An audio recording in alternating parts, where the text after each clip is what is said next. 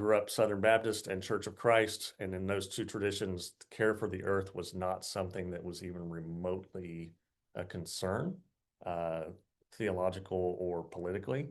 And so that didn't make sense to me as somebody who grew up in rural North Texas and spent a lot of time out in the countryside and on farms and in the woods and in creeks and all that kind of thing.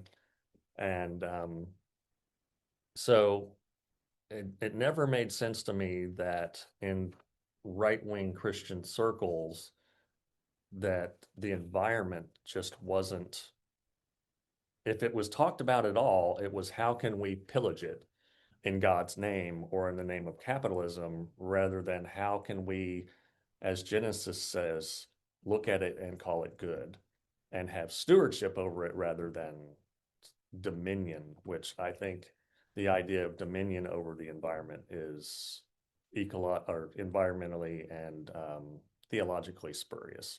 So that's kind of where I started. And I studied permaculture in 2007. That's the first time I actually went and took a class on it. And it was one of those sort of seminal epiphany kind of moments, hearing that you could design systems that work with nature and not against it.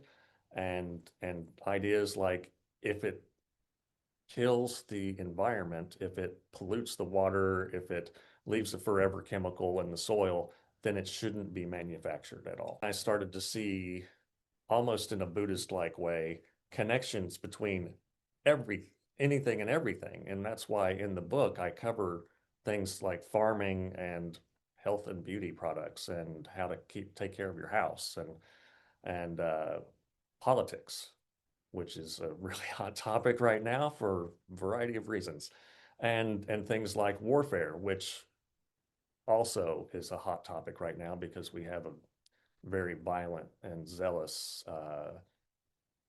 Department of Defense person running the show. So all of those, I can't I can't separate theology from permaculture and permaculture from theology and permaculture from politics and permaculture from peace, because I see it as living out the core teachings of Jesus to love your neighbor as yourself, and the golden rule, which he said, which I have always said that the most important part of the golden rule is the first part of the sentence, the in everything that you do. And that trips a lot of people up from a theological perspective when they try to justify certain positions that they hold, whether politically or economically or what have you. So that's kind of where I started at, Lee, and that's how I got to the book, which Lee graciously read as my master's advisor and then encouraged me to get published later. Could you say something about what permaculture is? Oh, sure. I mean, since I've thrown the word around multiple times, I guess that would be helpful. Permaculture is a system of ecological and social design. And initially, it was an Australian forester and academic who was walking around in a forest one day, and he was looking around and he was like, we could design systems just like this that work, that cycle the nutrients through and don't leave pollution behind. And when he initially started to come up with the concept, he looked at different ecosystems, but he also looked at different indigenous ways of caring for the earth. And he came up with the Permaculture Designer's Manual. It is a very big, heavy book that that lots of permaculture people have read.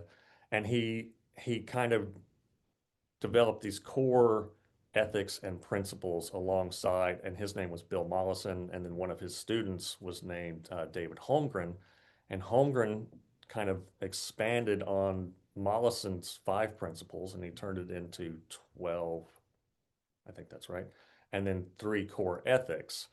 And I espouse those ethics sort of theologically in a slightly different way than Mollison or Holmgren.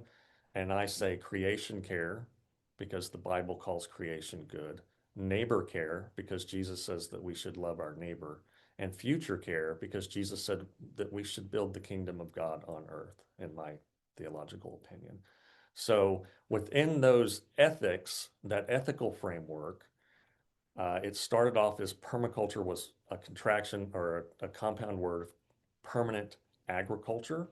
And it has since evolved from the 1970s until now into being permanent culture. And that's where you find sometimes permaculture design principles being used in social design as well as ecological and agricultural design. And the idea behind these principles is to work with nature instead of against it, to observe and interact, and then design systems that make sense in the place where the systems are being designed.